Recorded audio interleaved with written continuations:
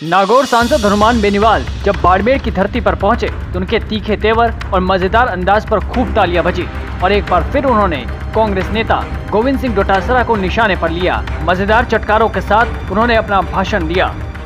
रुमाल हिलाने वाले की भी करी 2018 के अंदर आ गया था, मेरी मदद करो मर जाऊंगा। मैंने कहा मरने नहीं देंगे, मैं बैठा हूं ना। जीवा दिया, कईयों को जीवाया, लेकिन अब सब मिलके ये सोच रहे कि हनुमान जी कैसे हमारे झुंड में शामिल हो। ये नारे लगते हैं शेर आया शेर आया, वो कैसे बर्दाश्त करेंगे आप बताओ। एक नेता मुझे बोला कांग्रेस पार्टी का, मैंने कहा आप मेरे से क्यों चिढ़ते हो, मैंने तो आपके लिए नागौर के अंदर कांग्रेस को खत्म कर दिया था, तभी तो आपका नंबर आया जाट समाज के अंदर। बोले हमारी आपसे कोई नाराजगी नहीं। मैंने कहा बताओ जो है।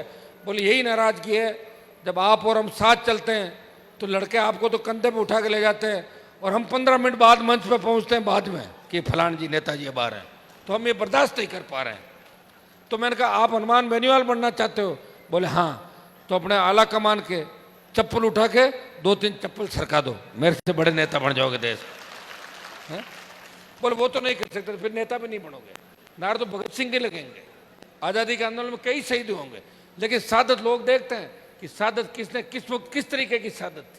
हनुमान बेनीवाल इस राजस्थान के सम्मान की लड़ाई लड़ रहा है। इस प्रदेश के अंदर तमाम गुर्जर समाज सड़कों पर था, हनुमान बेनीवाल साथ था। किसी भी समाज को आवश्यकता पड़ी सबसे पहले खड़ा मिलता हूं, बस समय पे मुझे बता दें। उन्होंने कहा कि जब नारे लगते हैं कि शेर आया तो उन्हें हजम नहीं होता। बेनीवाल यही नहीं रुके, उन्होंने आगे क्या कहा ये भी जरा सुन लीजिए, जहां उन्होंने पूर्व सीएम गहलोत पर भी निशाना साधा, साथ ही कांग्रेस के विरोध पर जमकर बरसे। चुनाव के लिए गमछा हिलाना, मुख्यमंत्री बना था क्या आपके कोई घर में? पहले परिवार में था क्या मुख्यमंत्री? तो बड़े सपने ले रहे हो मुख्यमंत्री के। मुख्यमंत्री बनने के लिए तो वापिस जीतना पड़ेगा, और जीतने के लिए वापिस गांव में जाना पड़ेगा, और जीतने के लिए इन जवानों के बीच जाना पड़ेगा। ये 18 साल से लेके 40 साल का नौजवान जो मिलाजुली का खेल चल रहा है राजस्थान के अंदर, दादी नानी के नाम पे 7 दिन विधानसभा ठप। मुद्दा वो उसकी दादी थी। अरे दादी थी तो उसमें क्या गलत हो गया? दादी थी और नहीं थी तो मना कर दो, दादी नहीं थी, कोई मुद्दा होता है क्या? वह उसकी नानी थी, वो उसकी दादी थी। शाम को बैठ के हाथ मिलाना, क्यों सर का परिणाम आया। उसके बाद गले मिल रहे हैं कांग्रेस के पुराने सभी यूं। हमने जीत लिया। क्या जीत लिया तुमने? मैंने तो 0 से शुरुआत की। मेरे पिताजी मेरे लिए 25,000 वोट छोड़ के गए 1993 में। कितने? 25,000 लास्ट वोट आए थे उनके। 25,000 वोट को राजस्थान के अंदर 10 लाख पे ले गया। मेरे पिताजी का सम्मान पूरे देश के अंदर बढ़ाया और इस कौम का सम्मान बढ़ाया। आज हरियाणा, उत्तर प्रदेश, लखनऊ के एयरपोर्ट पे चले जाओ, मुंबई के अंदर अभी जाट समाज का कार्यक्रम हुआ, बेंगलोर, हैदराबाद, दिल्ली, पता लगना चाहिए कि हनुमान जी आ रहे हैं। पता लगना चाहिए मेरे भाइयों, लोग अपना आप कहते हैं कि भाई धन्य है इस कौम का ये बेटा जो सारी जातियों के लिए लड़ रहा है और सबकी मदद कर रहा है। ये संदेश देना बहुत मुश्किल है मेरे भाई। पैसे कमा लेना, टिकट बेच देना और ईडी सीबीआई के डर से भाजपा के नेताओं के पैर पकड़ लेना, मौका है बयान दे देना। अब पैसे वालों की देखो, इस तरह तो मैं टक्कर पैसे वालों से ले नहीं सकता, आप भी जानते हो, लेकिन पूरी ताकत के साथ लड़ूंगा। मुझे आज भी याद है जब बाड़मेर के अंदर मेरे पे हमला हुआ था, जो जिला सबसे ज्यादा प्यार कर रहा था, उस हमले में मैं नहीं चाहता था कि आपस में गोली चले, कोई मरे, इसलिए मैंने गाड़ी पे पत्थर खाए और अपना अपमान देश में कराया। लेकिन वो हमला बाड़मेर के नेताओं ने नहीं कराया।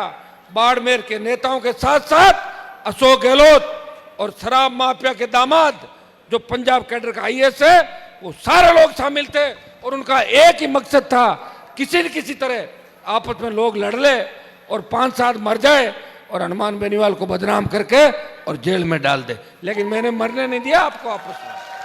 सुनो मेरी बात, क्या फर्क पड़ गया? गाड़ी तो कैलाश जी की टूटी, मेरी थोड़ी टूटी थी। कैलाश जी भूल गए उस बात को, बार बार याद दिलाता रहता हूँ। वो कहीं याद को नहीं जाना है क्या मैं करूँ मांटी केन की करूँ, मैं कद करूँ। लेकिन मैंने लोकसभा के अंदर डीजीपी से लेके तमाम जो नेता थे, तमाम आपके अधिकारी पुलिस के, उनको बेंचों पे बाहर बिठा के उनके फोटो देखे थे आपने जूते उतरवाते हुए। तो मेरे अंदर इतनी ताकत थी, मैं कहाँ चलाता। अगर ताकत आती उससे पहले किसान आंदोलन आ गया, मोदी को छोड़ना पड़ा। आप बड़ा मंत्री जी खूब कहता था नहीं पड़ी पार। तो भाई ये तो तय है कि बाड़मेर का कोई नेता तो ये नहीं चाहता कि हनुमान बेनीवाल बाड़मेर के अंदर आए, वो कोई नहीं चाहता। लेकिन जवान किसान ये चाहता है कि हनुमान बाड़मेर के अंदर आए।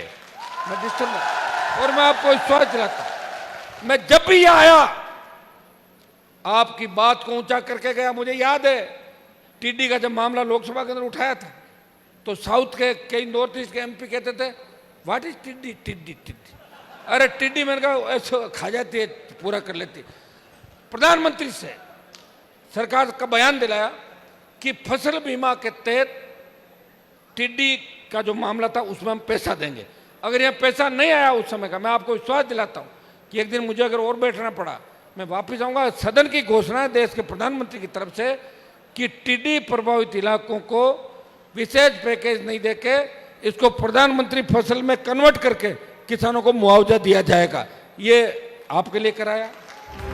अब हनुमान बेनीवाल के इस दबंग अंदाज पर आप क्या कहेंगे? कमेंट बॉक्स में जरूर बताएं।